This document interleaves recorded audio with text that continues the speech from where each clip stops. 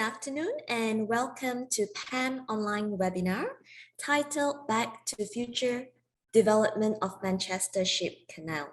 Feels like being in a movie. And I would like to wish a very good morning to Professor Hisham Elkadi, and thank you for joining us today. Prof. Hisham, you could turn on your camera right now. Hello. Yeah, Hello. I can see. I tried before. I couldn't do that. All right. Hello, Veronica, and good afternoon, everyone. Welcome, Thank you. and really grateful for having you. I know it's early in the morning where you are. It's not that early. No. So welcome once again. My name is Veronica Ng from Taylor's University, and I'll be the moderator of today's session. So before we start, a little bit about the format of today. I will begin with an introduction of Prof. Hisham Elkadi, followed by his presentation, leading to a discussion and Q&A. So for the audience, do share your questions in the Q&A or the chat box. So first, let me introduce Professor Hisham Elkadi, and I will use your short bio version, Prof. Professor Elkadi is the Chair of Architecture and held the positions of Executive Dean at the University of Salford. Prior to his appointment at Salford, Hisham was the Head of School of Architecture at Deakin University in Australia, the Head of School of Architecture in Belfast, and the Director of Architecture at the University of Newcastle, UK. He has attracted several funded projects amounting to £20 million. And Professor Hisham also has a large number of publications, more than 140, 7 books, and graduated 19 PhD students. He's an honorary professor at KIT Germany, Southern Queensland University, Australia, and the University of Portsmouth in UK.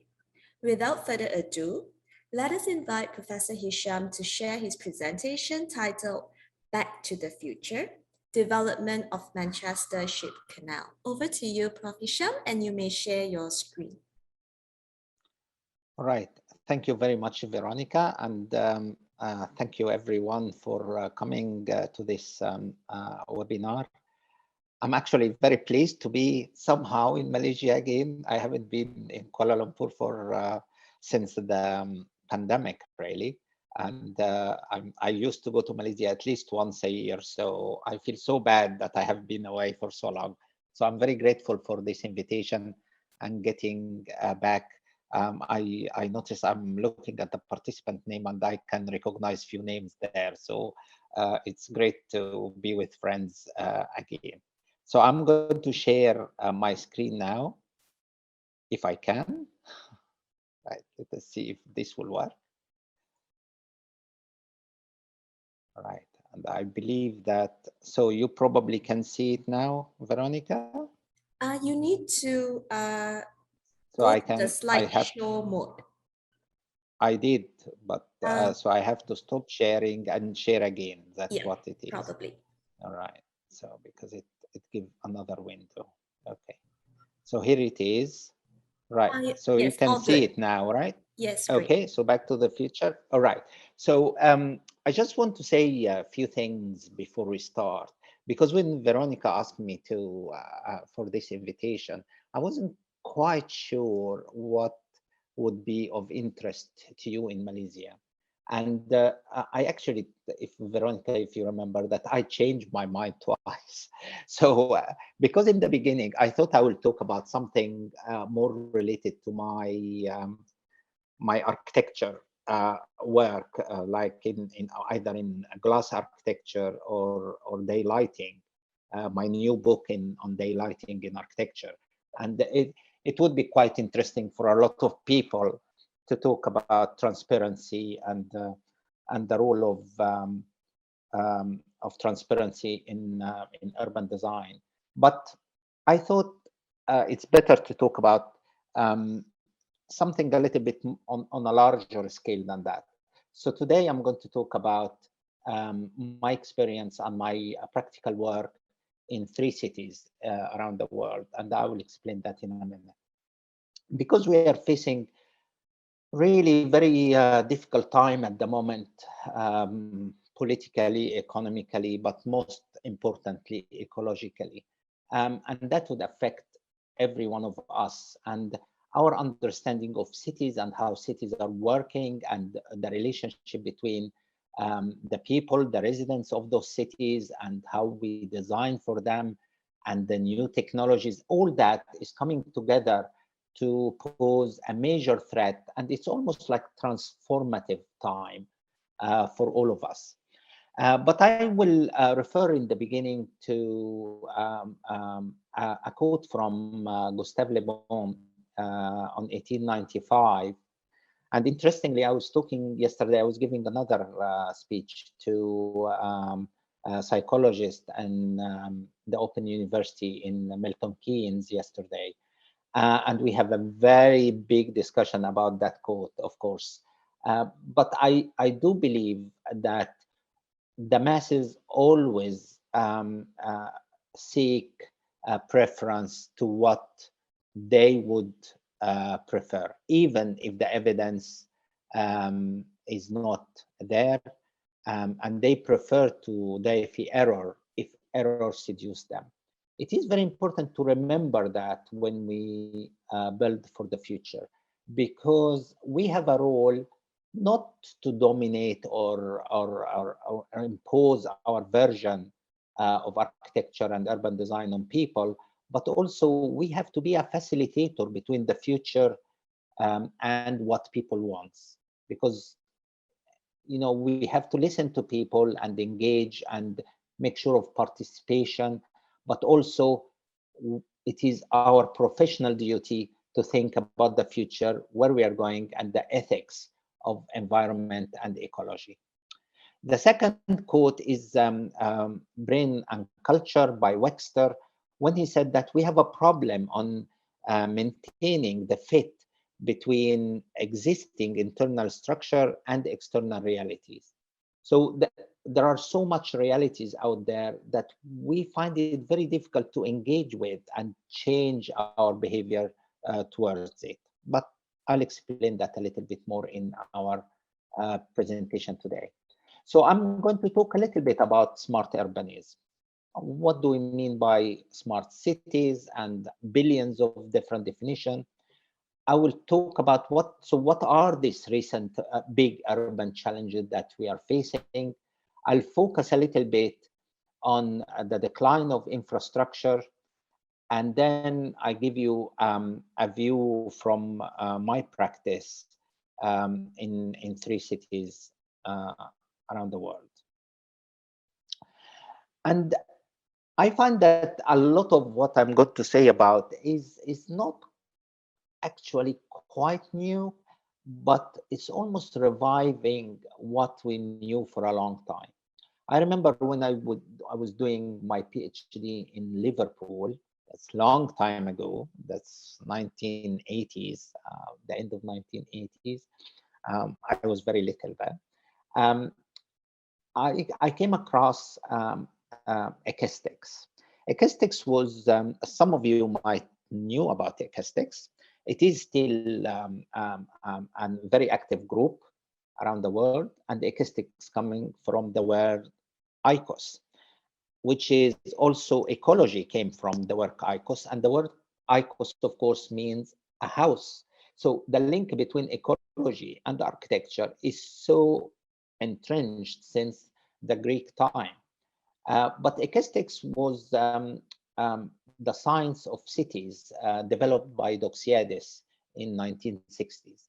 And Doxiadis believed that we must think of a city as a science. We don't have anything even close to the science of cities. We never actually, as architect and urban designer, we never think of cities as as a science of cities. We talk about the social dimension of it, the cultural dimension of it, but we never thought of it as science. But more and more, we realize that cities as an ecological system, we need to look at it from scientific point of view. So he believed at that time that, I'm talking about 1960s now, that morphogenetic processes in cities, which is the forces and laws valid from the small units, also valid for the big ones. So whenever you have a small ecological system, a bigger city with ecological system would be the same forces would apply to it as well, and the same physics and evolution. And that changed a little bit of what we think of cities. The second point here is that new forces have entered the game and their impact on the city has not been understood. And we can see that today, of course. So many new forces, technological forces, ecological forces, economic forces, they are already in place in our cities, but we still has not fully understood those or the impact of these on our cities. And the third point is the man didn't seem able to learn about new problems before they occur. And that sample about fires and floods and so on is just so today I find these three principles are still very valid. So I started to think about that, what I call new ecologistics, and how they evolve around the ecological principles, and how can we build our cities on those bases in the future. So what is the current urban challenges? Basically, I'm just going to pose those questions to you. Can our city tolerate disruption? Is there a lack of knowledge? What will be the new network of cities around the world? Do you think cities will come together and create some sort of networks that become virtual as much as physical? What is the necessary transformation of linearity? All our system now is linear system. Energy coming on one and resources going out as waste. So we are more and more interested in the feedback and recycling and so on, which will change that linearity into a different model. But what is necessary transformation to linearity? Is there a unifying vision of for future smart cities? I noticed that we have more than 100 people today on this webinar. If I ask what they think of smart cities or what is the vision of smart cities, probably we will get, if not 100, another 100 views on this. So, but do we need a unifying vision? So we know when we talk semantics, do we talk about the same thing? Can we manage the decline of infrastructure? And I'm going to focus on infrastructure today. Is economy of project at the crossroads? And finally, more importantly, are we preparing society for convergence?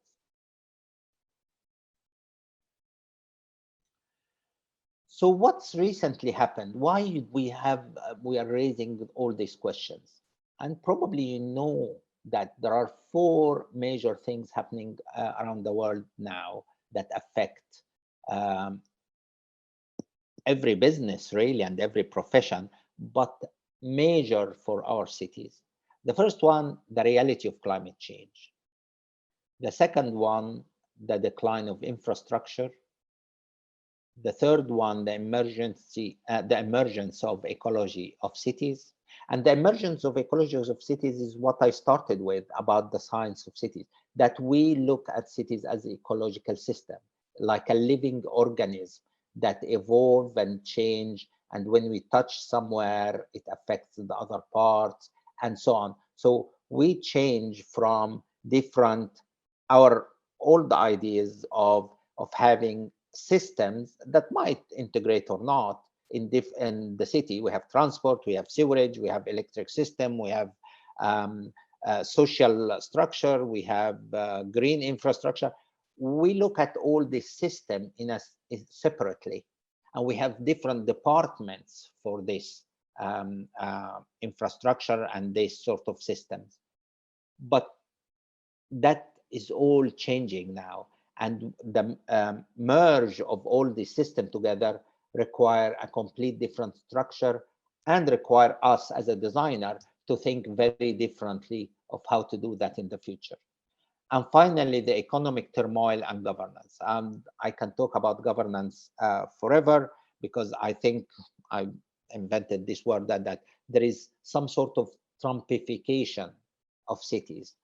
Because what Trump has done to the world, that he built those tribes that live in their own bubble with their own truth and with their own ideology.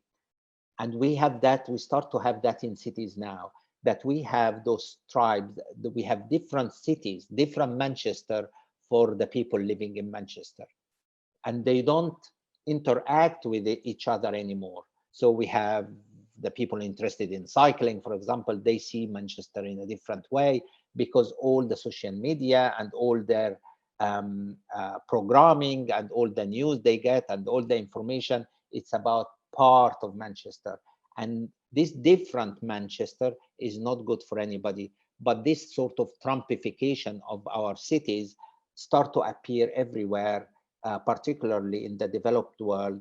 And I mean, it is quite dangerous and is quite threatening, really, because that would lead to a very different idea about what we think of cities in the future. And it is a merge between the virtuality and reality, of course. But today I'm not going to talk about that.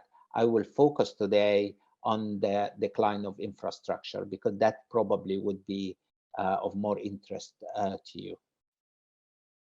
So what I mean by the decline in infrastructure, that all cities around the world now, they are suffering from decline in infrastructure.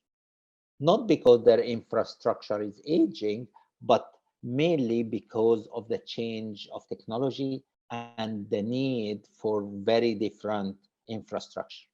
So we moved from gray infrastructure to green infrastructure. Digital infrastructure is changing every day. Mobility infrastructure is changing dramatically. Do we need roads anymore? What's happening with autonomous structure? What's going to happen to car park in the future? We don't need car parks. We don't need, because the mobility will be very different. So what happened to the structure of houses? All this new things are happening all the time and in very fast pace that we really need to grasp with. It's interesting today that we always say that if the mayor of Manchester, for example, decided that will invest in a particular infrastructure in the city, by the time it's finished, it become irrelevant. That's how fast things happening at the moment. So all that need a change, and we need to think about it in a different way. So how can we move from all this noise and all this sort of, we don't know where we are going, and what is the pathfinder for us through the design for cities and for architecture in the future? So I believe the answer is always in ecology again, going back to how I started this lecture with. And long time ago, in 1989, I just published a paper, and I remember that I set 9 main principles that would guide green urban future. And these are the ones in front of you now. So how to vary energy resources, how to provide negative feedback, how to reduce energy output, how to make economic incentive for environmental behavior, how to aim for a steady state, must integrate all these different systems together. We need to learn from tradition in different, because everything is contextual. So whatever happened in Manchester will never be applicable to Kuala Lumpur and vice versa. And the degree of diversity in energy systems and feedback from human participation. As I said, this is in 1989. A lot of those are already start to be realized. But if we go deeper on the meaning of each one of them, we realize that we still have a long way to go in order to apply all those ecological principles. So I've been not only talking about this, but I've been involved in the development and large project of regeneration in many parts of the world. In Newcastle, when I started in Newcastle upon Tyne with the development of the quayside, and you probably recognize Foster Building and the development of the quayside in Newcastle. I also been involved in the start of the regeneration of Belfast city centre with the development of the Titanic Quarter there. In Rome, we have not been. I was a consultant for the city of Rome about the development of and the expansion of particular piazza around Termini and Porta Portese. Um, but today, I'm not going to talk about them. I will focus on three cities. My experience in Geelong in Australia with the regeneration of the centre, in Manchester with the ship canal, and with Karlsruhe with the link to the Rhine. And you probably know where all these cities are. Before I go to example of my experience there, let me remind you of what everywhere I go, whether I go to Mauritius or KL or in Hanoi, everybody wants and everybody claims to have a smart city. I remember I had a PhD student from Kuala Lumpur long time ago when I was in Newcastle, and he was interested in building, and because I remember the government at the time was looking for smart building and smart cities. So it has been going for years now, for tens of years, this idea of intelligent facade or smart cities. We keep changing the names, but it is the same old stuff. So when the whole concept of smart city started, it started with what I call the technocentric, which is number 2 there. That it is a city may be called smart, and that is the definition, the Oxford. When investment in human and social capital and traditional and modern communication infrastructure fuel sustainability about quality of life and participatory governance. So it is about people. But the first one over that is all about gadget. It's about ICT. It's about monitoring. It's about getting data. And more we realize that this is not the case anymore. It is not about data. It's not about monitoring. It's not about building a meta platform and digital platforms. And it's also not necessarily just about people, because cities is not just about people. It serves people, but as I said before, it becomes an animal by itself that evolute and so on, that people becomes one ingredient of it, not the operators necessary and the controlling the direction of it. So we've moved away from that. So I have my own definition of smart city, which I will let you have it in a second. So when I have the three, and I'm trying to tell you how we try to apply those principles to the examples I've been working on. And I chose Geelong, Karlsruhe, and Manchester because they pose very different problems. Because I wanted to emphasize that ecological principles must be contextual, just like ecosystems. That the ecosystem outside here in Manchester is very different from anywhere in Southeast Asia or Africa or anywhere else. And cities are part of that ecosystem. So Geelong has a particular problem. Geelong is a beautiful city. Many of you have been there, I think, and it is outside Melbourne, 70 kilometers outside Melbourne, about 300,000 people, deteriorated very much industrial, and the city center has suffered from degeneration for since early 1980s. So we wanted to regenerate the city of Geelong, and what can you do? One of the major problems as well as the economic problems, that they, because of the problems of dryness and the flooding in Geelong, the cycles in Australia are very sharp, as you know, is that the city suffer from flooding every now and then, because it's like a ball and the water come down and they all go down to the center of the city.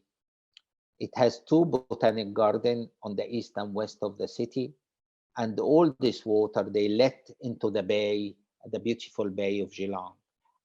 And that was an ecological problem as well the economical problem that create a very difficult environment in the city center. Karlsruhe have a very different problem. Karlsruhe is Frederick, the king of Germany in the 18th century. They went to Versailles and he said, I would like to create a city like Versailles. And if you can see from the design of Karlsruhe, it looks like Versailles on a larger scale. So it is a very green city.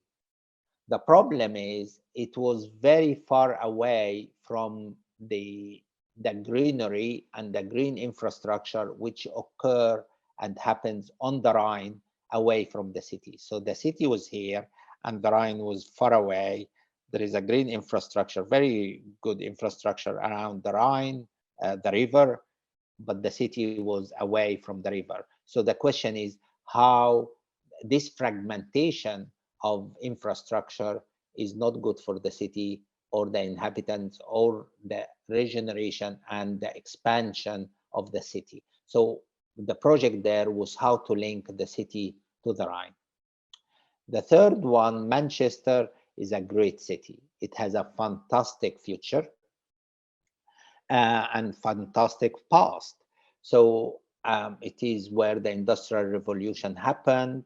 It has a beautiful industrial heritage. And how can we link to that and create infrastructure for the expansion of it, looking at the future? It is where the first ship canal has happened in around the 1825 here, where they start to think about it. And they built it to become a big ship canal between Liverpool and Manchester. So the ships coming from America can come through Liverpool to Manchester, and that create with the cotton coming from the south of the United States, and that create the first revolution, industrial revolution, which we refer to Industrial Revolution 1. And the Industrial Revolution, which started in this area here in Manchester, inspired me that we really need to move into another level now, using the same sort of concept in order to move Manchester to the future. And I will explain that in a second. Right. So these are the three problems and the three cities, as I'm saying. So what we're going to do about them is to try to apply these ecological principles to those problems and see how we can improve and regenerate those three cities. So my definition for smart cities is very different from this techno-centric one and people-centric one. I do believe that the smart cities, um, I don't know why the computer is doing something very strange at the moment.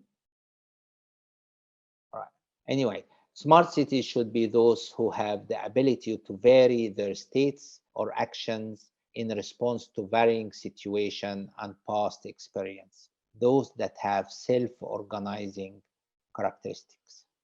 So I feel that the important thing is we need systems, whether it is in a small level. Remember Doxiadis when he said the small unit, that forces for small units apply to the larger one.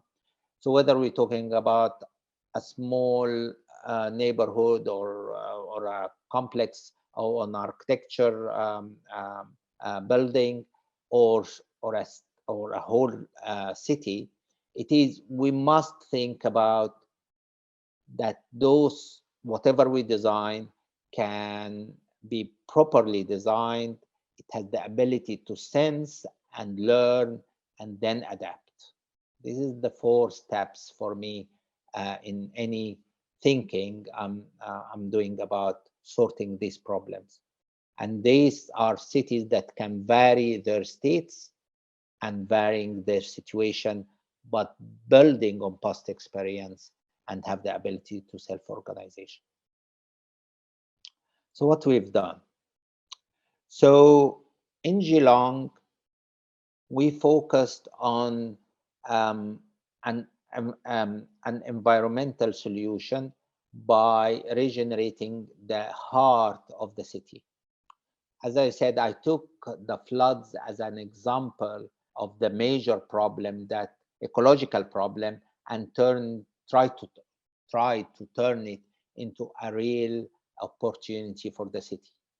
So what we've done, as I explained to you, I'm not quite sure if you can see me or not, but I assume you can see me.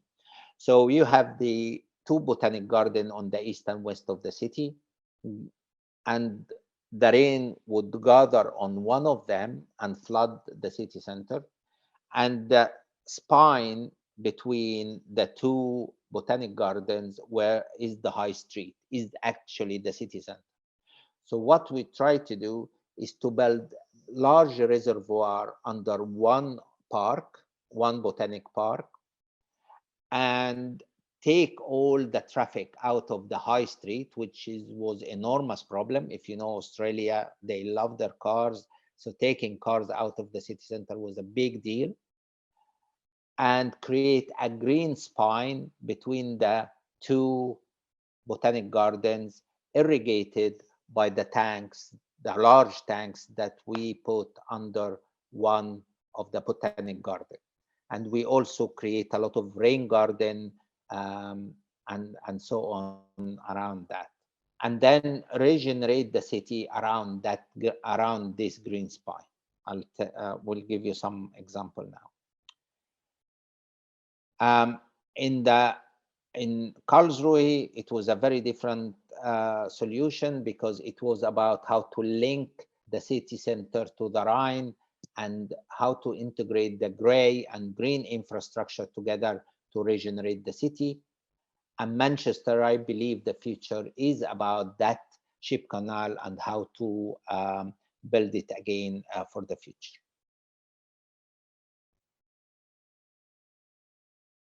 So let me go first to Geelong and give you some few things about the green spine. So you can see the city here, and you can see that you can't see it properly, but there is a large botanic garden, and the other botanic garden in here, and through the middle here is the city center, which we created the spine, which looks like that when we developed it. Right? So you can see the 2 botanic garden, and we regenerate the center, take street out of it, and make a lot of rain gardens here and irrigate the spine with the reservoir we created underneath here. And I just want to go through this quickly of all that we designed that, and we attracted a lot of about 90 million Australian dollar for the regeneration of the city center, and we started like programmatic it, and you can see that online on YouTube and so on. It is a big project called Vision 2. So the first one was the green spine, and then go back. Right. So that is how we developed the first project is the green spine, and that's how it is delivered now. And you can see this was a picture here of the current high street in Geelong, where we took trucks out and we created a beautiful with cycle lanes and beautiful green area across. So that's how we delivered it and how it looks like in 2021. The second part of our plan was what we call a city arrival, because we focused on how to integrate that the mobility and transport system. Transport is key to any success of regeneration of cities. So we focused on three parts: from the train, from the road, and from the sea, how to arrive into this city and how to integrate those three arrival points together. And in 2021, almost all of this are developed. I think the train station now, and we moved the buses on the other side, and we change and regenerate the train station. And this project is currently under construction. That we transformed the cycle lanes in the whole of the city, and that create, because that have impact on health, on mental health, on everything. So that was quite successful, and we also developed the marina, and there is a current plan on having a cruise arrival port just outside the center as well.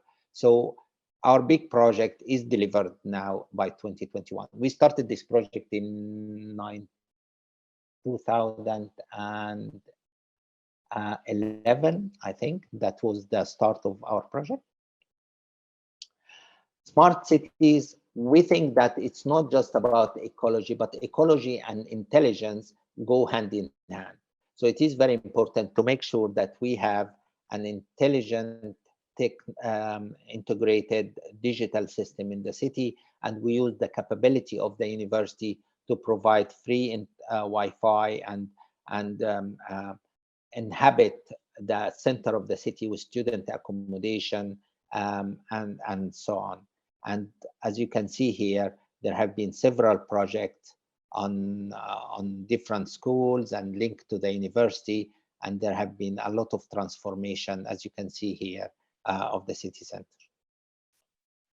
Laneways is Australian love their laneways, and if you have been to Melbourne, you know that laneways have been a feature of the city for a long time, culturally and socially, and that worked very well. So we try to integrate that into the city center in Geelong for cultural reason, but also for environmental reason. As I said, that comes out of the spine as well. So it has created clean air and clean environment in the city center. And again, that laneways project have been delivered, and you can see example of major transformation. You wouldn't see anybody in the Geelong city center in 2014. There was nothing at all. There was no place to sit or no laneways, and it was traffic and trucks everywhere. So so that's what it looks like today. Inhabiting the city was important because we wanted there was a vacancy rate was 10%. Can you imagine 10% vacancy rate in 2009 in the city center? Almost 80% of office space was low quality. 46% of office floor space is occupied by government. So now we have changed that completely and transformed the city center, and we changed the streetscapes and changed the rates, and that has changed dramatical impact on the city center. Sorry, and you can see here that the city center we start to have a oops, I don't know what's why it happened. You can see some of the big example in the theater in the city center, and we started to see major development in Geelong city center, which was non-imaginable at the time. And finally, is how we create that urban heart, with the urban heart with the half of the green spine between east and west, as you can see here. So in the heart there, we wanted to create a heart because Geelong never had this heart. So we tried to build something that everybody would come and enjoy and celebrate. And there was programmatic projects for that, and including the theater, um, the art center, and so on. And that have been worked very, very well. As you can see now, Geelong Performance Arts Center has been completely transformed and built, and that become a beautiful heart of the city as well.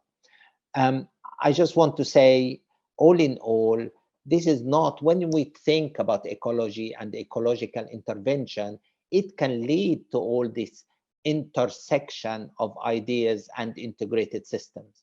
But it was the spine who linked all this together. And the impact on that is 1.5 billion um, uh, input in the economy of the city, 14.3. This is not my figure.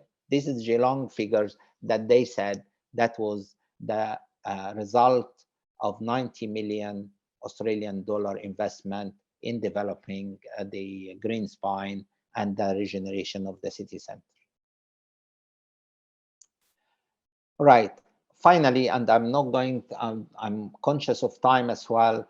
In Manchester, again, we are looking in a similar way. We are thinking of how that mobility, I'm just trying to tell you, here is, this is Manchester here, and this is Liverpool in there, and this is the Manchester Ship Canal, which linking Liverpool to Manchester, and it's currently it's disused. It's industrial areas, nobody there. Another big problem, it is the highest rate of obesity, all sorts of problems and troubles in this region between Manchester and Liverpool. And there are two major motorways across, because traffic between Liverpool and Manchester is very high. And I believe that that corridor, just like in the 18th century, where it became a model for transformation and industrial revolution, I believe this will become a major development, what we call a green urban corridor, that would be similar to the living in the future. Because I do believe that it is very important that we move away from central eccentric city to more linear urban corridors in which we can integrate with, as I can show you here, that this is different scenario of what we thinking of the future of Manchester Ship Canal. But I believe that whatever models you have here, it is the same principles, that we have a green urban corridor with some settlements around it, and that would allow population to have direct access to greenery for health reasons. And the pandemic showed us how important it is to have quick access to natural environment. And during this, and this will have employment concentrating area. And again, similar to the 18th century, the Manchester Ship Canal would act as a mobility corridor.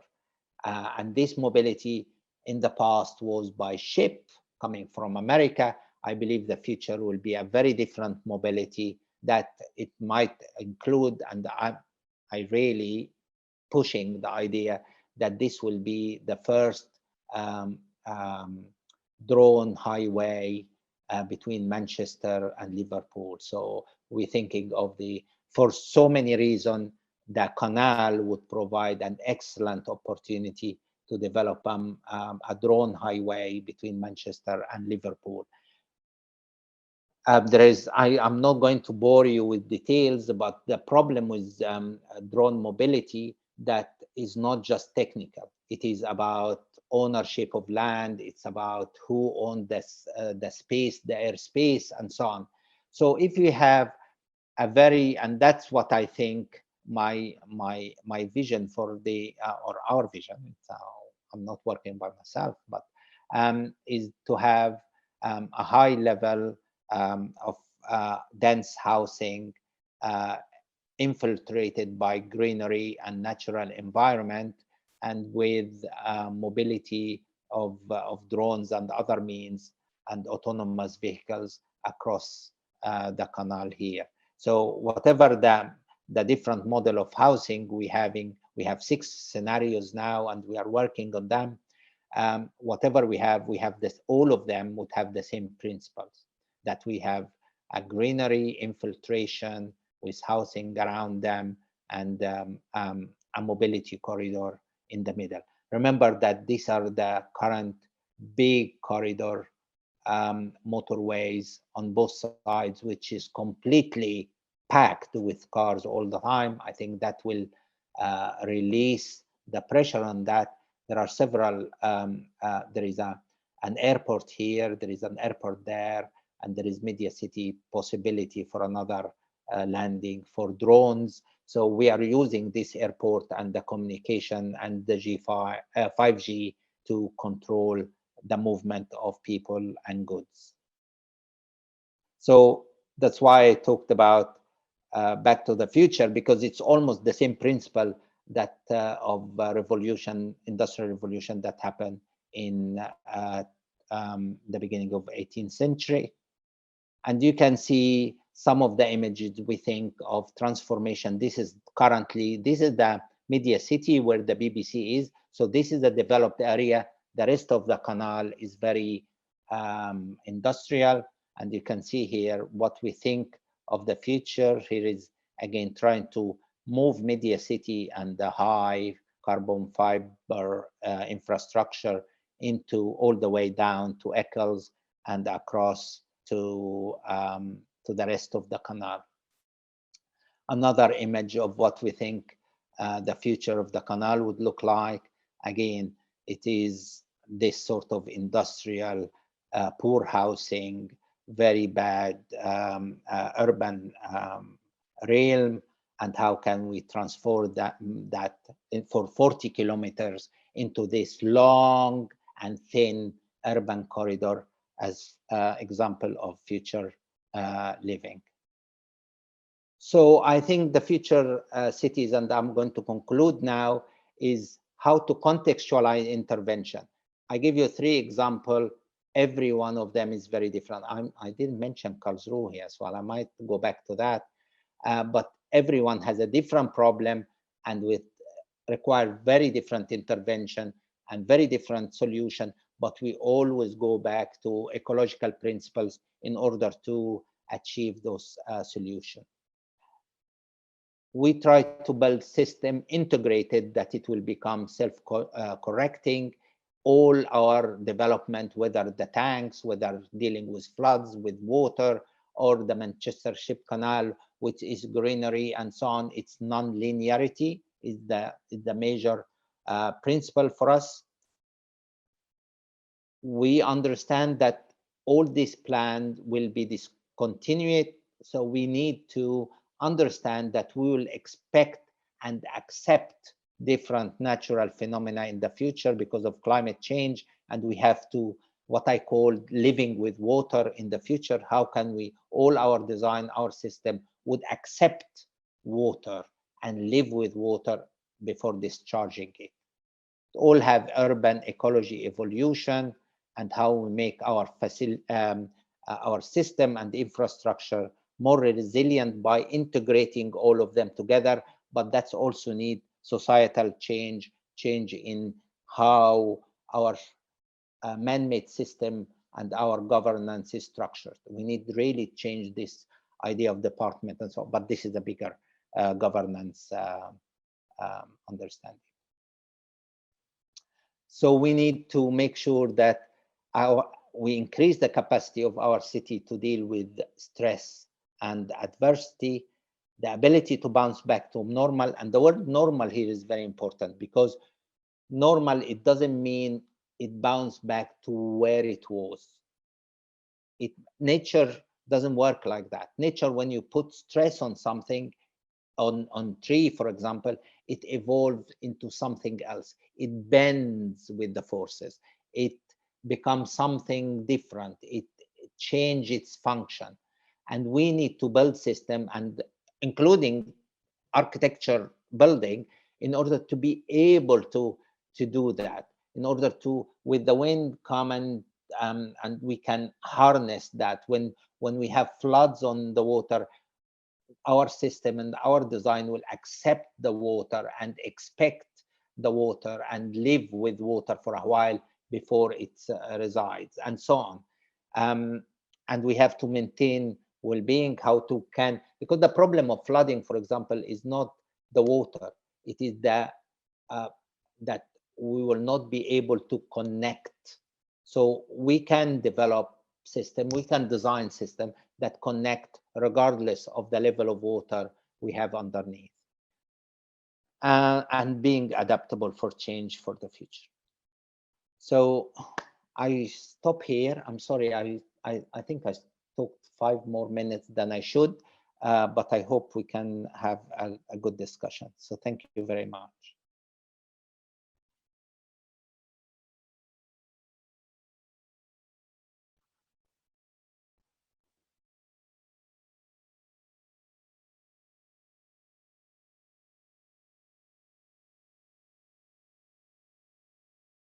Hello? Prof, I think Dr. Veronica is going to come in few minutes. I will Sorry? call on her once again. Okay. Yeah, Dr. Veronica is having some internet connection problem right now. Apologize for that. All right.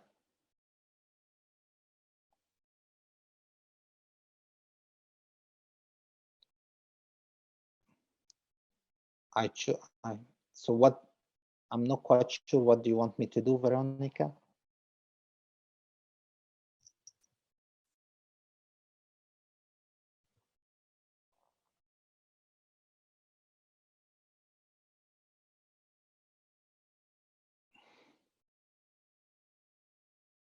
All right, no worries, sorry. So Dr. Veronica is coming in a while. Anyway, so thank you so much, Prof. Hisham, for your presentation. And for all these attendees, you may jot down your questions in the Q&A box or in the chat box if you have any. So we'll have a few minutes. We have up until 6:30 p.m. for you guys to ask questions, anything to our speaker for today, Professor Hisham. Okay, so we have a question from Su Mei Chung. So what are the new forces you foresee in terms of technology in smart cities? Over to you, Prof. All right. Oh, thank you very much. It's a very good question, because it comes from everywhere.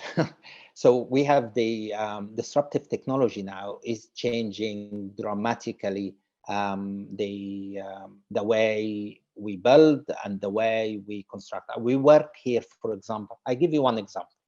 We work here with the Graphene Center in Manchester. Manchester has the World Center for Graphene in the University of Manchester.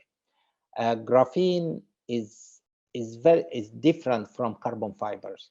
It's much more fine and need much higher technology to produce. And we started working on graphene in construction elements. We have been using graphene previously in different very precise produce in industry. Nike, for example, tried to put it on the sole of shoes, and they change that idea because they realized that when you put the graphene in the Nike shoes, you will never need another pair of shoes in the rest of your life. So they said, oh, it's great, but we might not need to do that. The same with construction. We realized that you can reduce the construction element by 30% if you introduce graphene to it.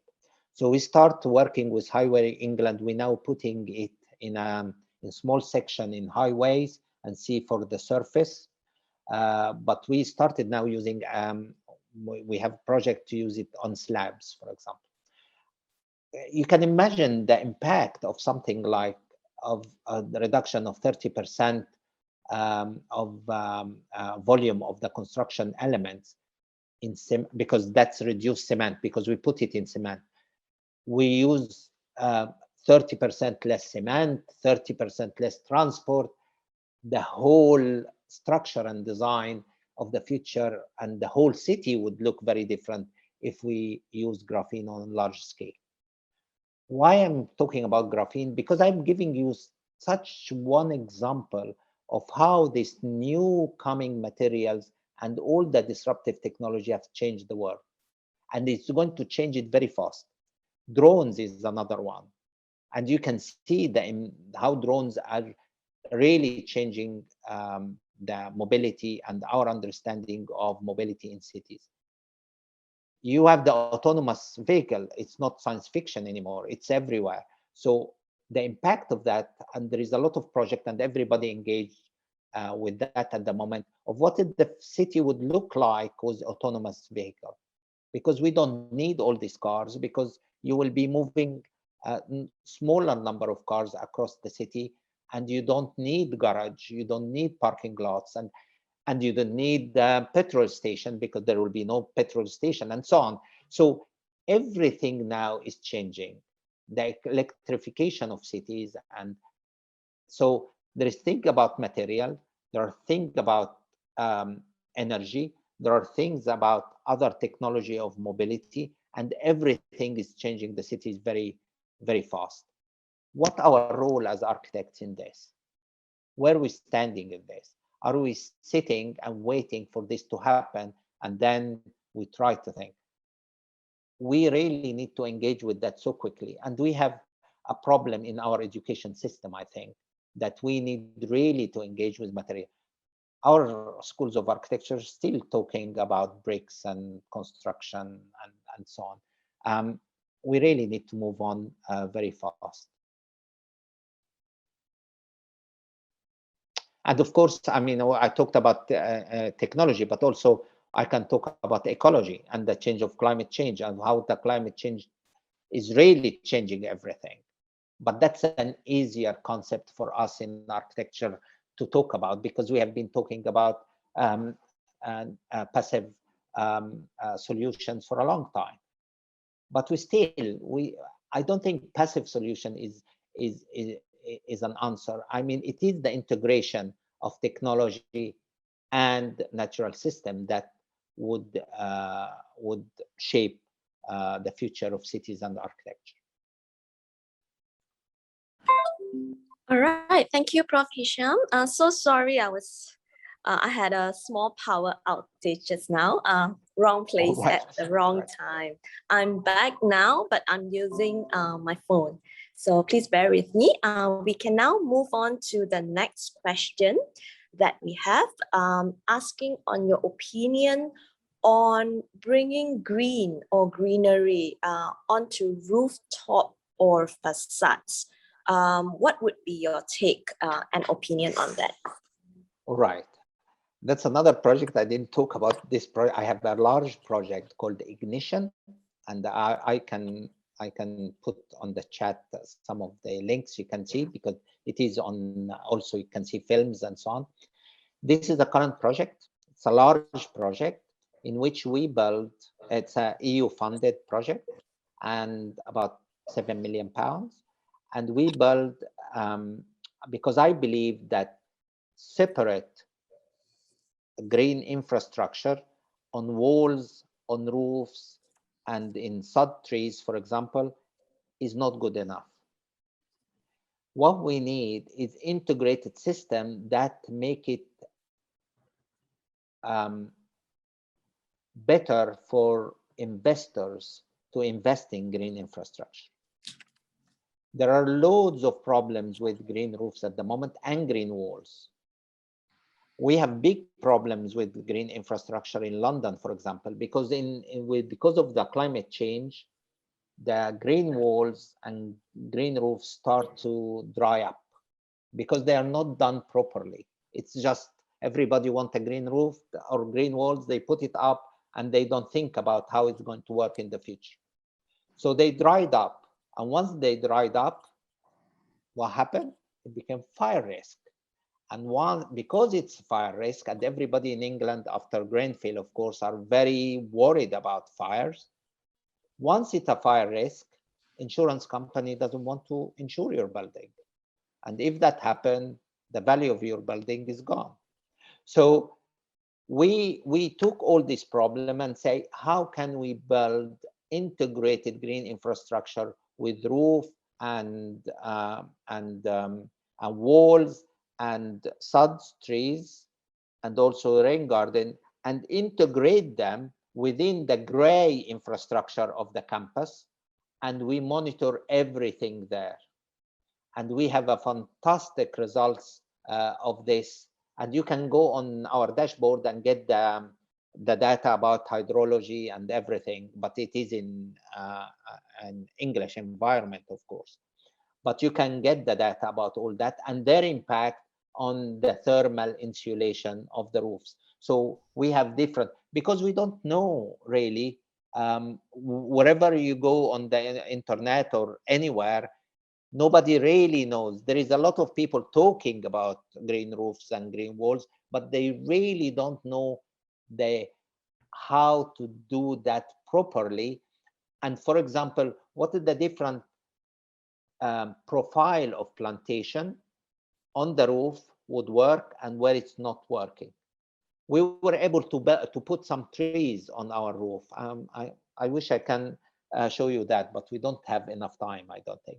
But if you send me an email, I'll send you some links, and you will see a very different structures of roof and walls. But it is problematic and is not straightforward. All right, we have the next question from the Q&A box.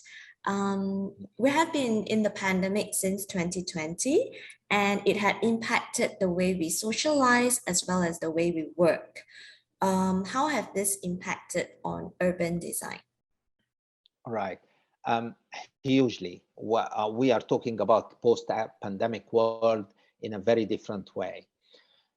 Because of the way we will be, at first, people start to appreciate our natural environment a little bit more.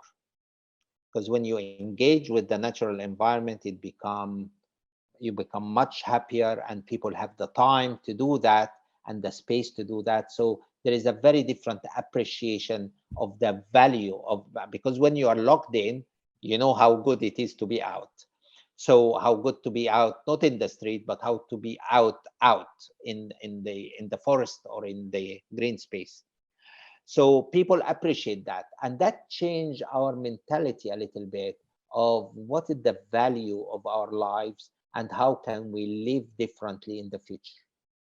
And this sort of blending environment that we are living in because we are more virtual now, even make it more important for us to be in touch with the natural environment.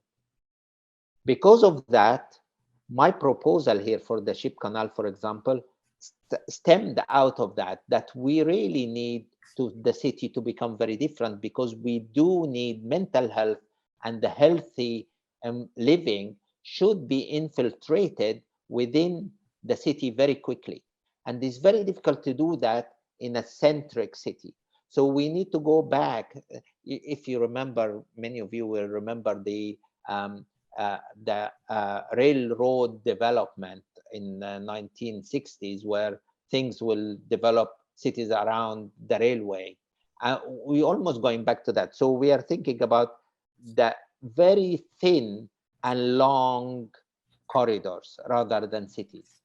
So the word cities might disappear. We will be living in, because cities start to uh, touch each other now, but we don't want this centric city. We want corridors in which is very thin, so the environment will come from both sides and will be have very clear and quick access from housing and work to the natural environment. All right, thank you. Thank you very much. We have one more question from the chat box. Prof. Hisham, you started with definitions and you shared with us a few versions of definitions of smart city, and you land on the third one, which is your personal definition. So this question has something to do with definitions as well. There are many definitions in urban design. For example, we heard terms such as green city, resilient city, eco city, and the list may just go on and on. Ever sponge Yes. cities, everything. Yeah. So what's the difference to you? And if there is a difference, is there one that is better? Yeah. I don't believe in all these terms, okay? Because we invent terms, we like semantics, and everybody create a term and say, and they believe that this is what, like the word smart. What does smart mean? Does that mean that everybody else is stupid? I'm not quite sure what smart means, right? Um, and nobody knows. And if you ask people, right, you talk about smart city, what do you mean by smart city? Or if you talk about resilient city, what the word resilient mean to you? If I have this pen here, okay, and if I put pressure on it, right, and it bend a little bit, and I keep putting pressure until it's break, right? So that for us, that's how resilient this pen is, correct? So we expect that when we release the force, it will go back to its normality. So that's what resilience to us at the moment. And we apply that to cities as much as to a beam in a building, right? That is not right. We need to change that because nature does not work like that. Nature, when you put pressure on something, it changes. It becomes something else, and its function becomes something else. So even the word resilient, we don't have a definition. That's why I always go to nature. I also go to ecology. There is nothing more smart or more resilient or more clever than natural systems. So we need, I'm not talking about biophilia or biophilic design. I'm talking about understanding the real principles that guide nature. I'll give you a very interesting thing that I'm one of my PhD students working on today. They found, or we found, that we are asking why people like to be in nature. What visual thing that come to our eyes, as well as the sound and so on, but visually, what excites us about being in nature system? What visuals we have? And we realized that the brain works, that brain like to understand things. They like things that they can understand and operate. And that's fractals. So our brain loves fractals because they can go, there is the simplicity on the form. So fractals in nature is a major principles. We don't do fractals very good in architecture. And I wonder what would happen if we start using fractal in our facades, in our urban forms, and our city will start to become moving. I hope everybody know what fractals are. All right, in simplicity is going from the big to the small gradually. So a tree would have this, we have a branch, we have the small tweak, and so on. So we love fractals. So we are not enjoying nature visually because of certain things, but because of fractals. And that's a neuroscience thing. So what I'm saying, going back to nature, and um, in our religion, whether it's Christianity or Muslim, we always say we go back to ecology, to nature, to learn from. So in that, fractals is a good example. So all these terms doesn't mean anything to me. What I understand that we go back to ecological principles that guide us to develop our city, regardless of names, because they don't mean anything, and nobody, believe me, nobody can define them properly. All right, thank you. Thank you for the response. There are more questions coming, so let's continue with them. One question from Anonymous in the Q&A box. The ability to adapt and change often refer to light and smaller structures. What do you think about giant, I suppose massive, structures such as iconic high-rise towers or mega shopping malls that we have in Malaysia, for example? What roles do they play in the smart city? Okay, right. I will go bigger than that, right? So you want to go big, we go very big. It's not about small. I'll give you something from history. The city of Bilbao, for example, in Spain, it it is like a ball like that, okay? And they have the river in front of it.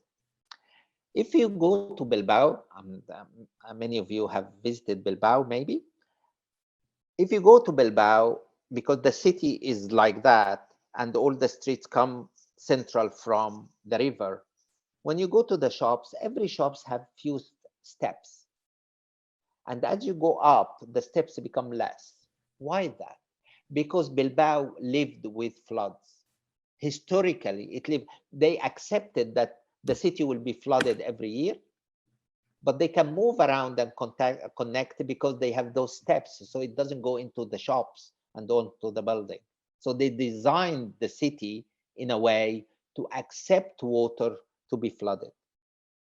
If you think, if we can do that in a city, right, the idea of design with the idea that it can be flooded, that can apply to all our projects, because you have to have in mind, how can we live with strong winds? How can we live with major heat waves?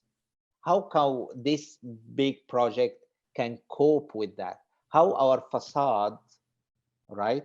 And I like the idea of facade as a skin. I always refer to, I have another book with Mike Wigginton on building skins. How these skins, our facade, would work, adapt, sense, and change accordingly, so we can protect the core. So we can apply the principles of not pushing away natural forces, because we will not be able to. Nature start to hit us hard, right? But and more frequent. So how can we absorb that hits? How can we take it? If we have floods, how can the floods in the ground floor, for example, can be accepted, and we can have water in the ground floor and they become swimming pools? I don't know.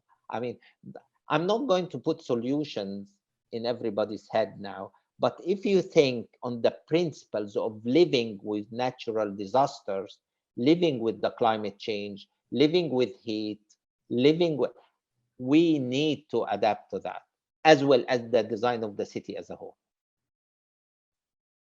All right, so I think it doesn't rest in science, but rest in how we adapt to things which keep changing around us.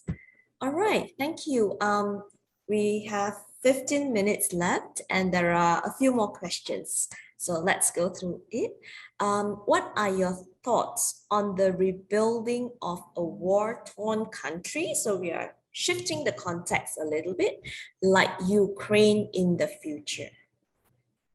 Sorry, I missed I didn't fully understand the question. What are your thoughts on the Yeah. rebuilding of a war-torn country like Yeah. Ukraine? Yeah, in the future. Right. Let me not talk about Ukraine in particular. I'm not getting into that, but of course there are a lot of war-torn cities around the world, and it is very sad, of course, and very dramatic and traumatic for the population. But if we think positively, it is a chance also to rebuild back better, and building back better become a sort of a title for everything we do after the pandemic as well. So how can we build back better? We build back better by looking into the situation in each cities separately.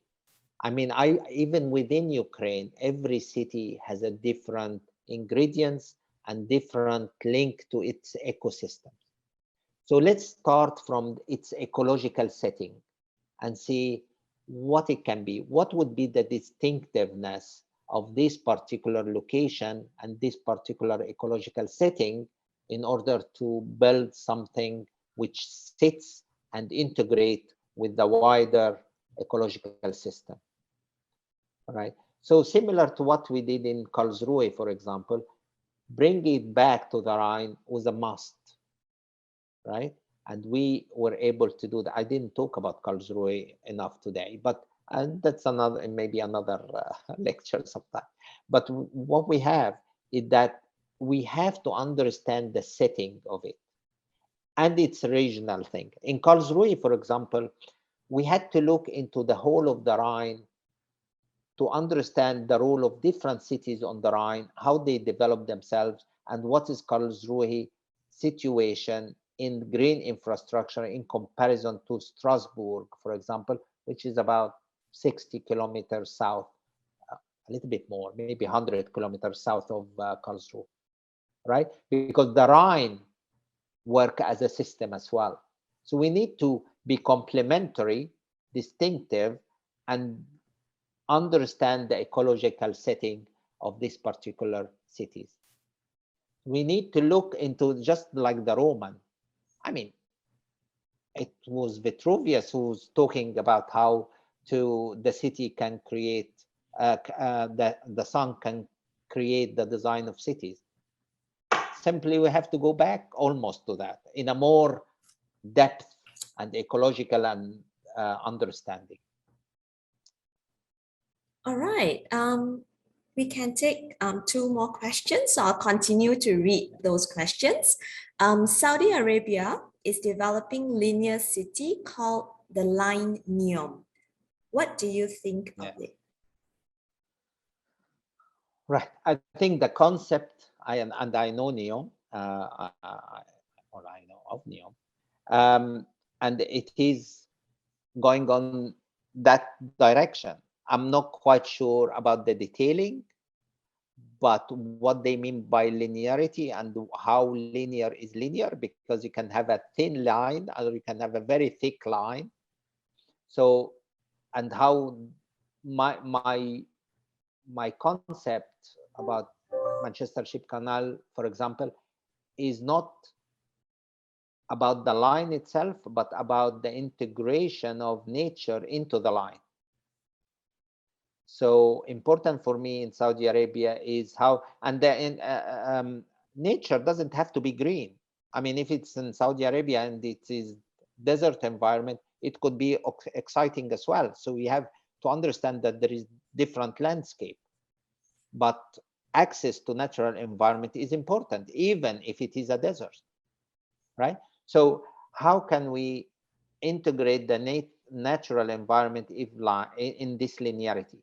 If the linearity had that concept in it, would be great. But if it's just linearity because it's a long line across the coast, that's not what I'm talking about. All right, thank you.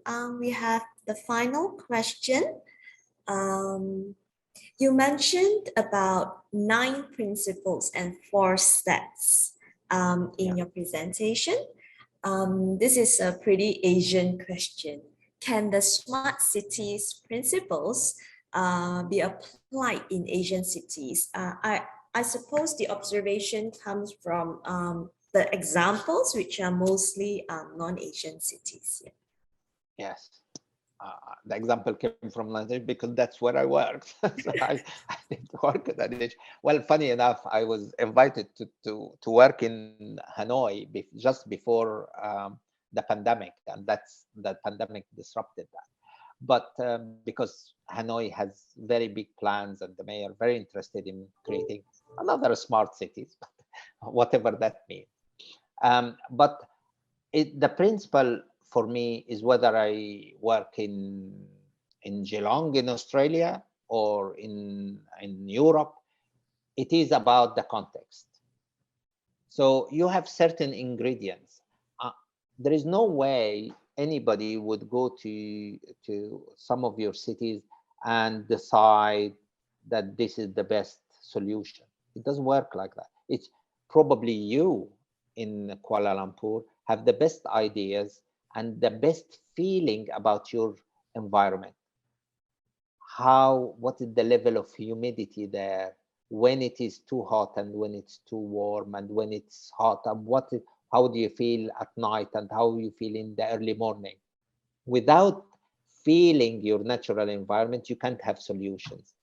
And feeling should be supported by data so we can have a proper understanding of how to make our projects. But if you are completely isolated from your environment and sit in a room and try to design a city, that will never work. You have to understand everything about your city. And there is an interesting dimension as well, because there is the natural environment, but there is the social and cultural environment as well. But physically, we have to start by the natural environment and then adapt whatever we want to do to the social and cultural dimension. But you can't, I mean, you need somebody who's very sensitive to all that, or going there and facilitate the discussion with the local population about that. I remember in Geelong, for example, I talked to you in Geelong about the East-West connection. When we started Vision 2 in Geelong, we thought, because there is a river in the north of Geelong and the ocean in the south, we thought the solution is north-south connectivity. And by talking to people, because people know their city, know their environment and so on, we had billions of workshops and talking to people everywhere. I spent 2 years talking to people in Geelong for this project. All sorts of people, right? No representation, all sorts of people. And we realized that the problem is actually East-West from the people, not from me. But I facilitated the discussion, facilitated the understanding, link myself to the environment, and we realized that really there is East-West is the solution, as well as sorting out the flooding problem, because you can have different ecological problems. But we realized that flood is the major opportunity to make a major solution for the city, which was the spine and so on. So it's linking together, but it came from the people and from the context. All right, thank you. Thank you very much, Professor Hisham. This brings us to the end of the session today.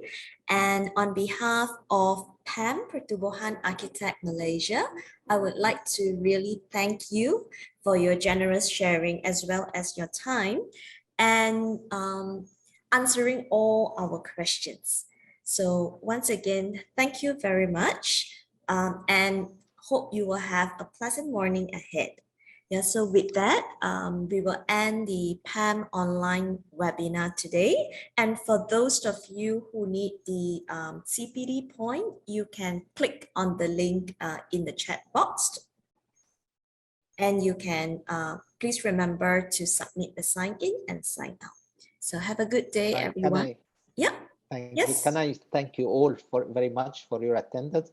I noticed that there is 300 people there, so it's great to be with friends in Malaysia. I hope I'll be able to come to KL very, very soon. Um, and I'll put my email in the chat if anybody would like to contact, because I can see few hands risen still. So if anybody has a question or need any clarification, I'll be able to do that. Okay, so I'm happy to receive email and respond. Um, how can I put it in the chat? I've just put it You now. I click put it my on, you click the email in the chat. chat. Yes, that's Yeah, right. I'm doing it now. Yeah. We will welcome you in All right, so Malaysia. Yeah. everybody has. We can't Very wait for you soon. to And come. I So am working with you now, Veronica. I'm supposed to be linked to Taylor University, so I'm very happy yes, to so do we that will be as well. awaiting your presence All in right. Malaysia. So thank you, everyone, and have a very pleasant evening. All right. Thank you, Goodbye. Veronica. Thank you.